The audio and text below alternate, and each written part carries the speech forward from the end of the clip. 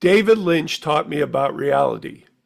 Now, that might be an audacious statement given the surreal nature of his TV and films, but what he was saying to me, that my world, carefully cultivated through the restraints of my own making, was a fraud.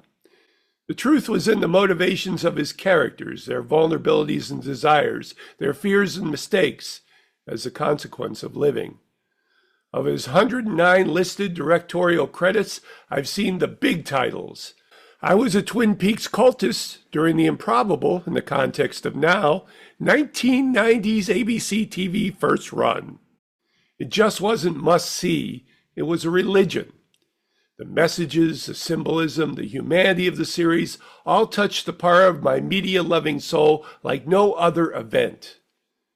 I was never the same afterward in my approach to reality. For example, I call the whole state of Iowa, Twin Peaks, Iowa, because everyone I've ever met from there are like the characters in that fictional universe, practically apologizing for the humorous flaws that they can't help but have.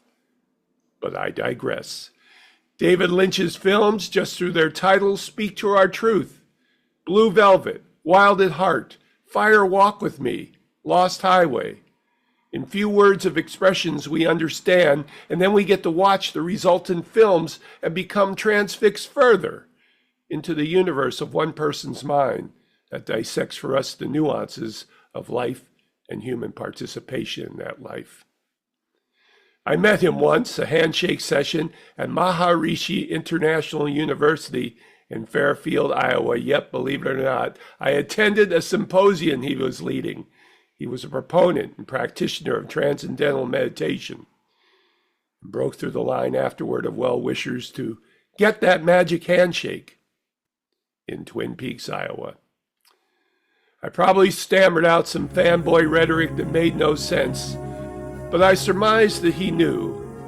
I was just another fellow traveler on the Lost Highway, being led there by an artist while steering that vehicle, reveled in the fact that before us is the great unknown.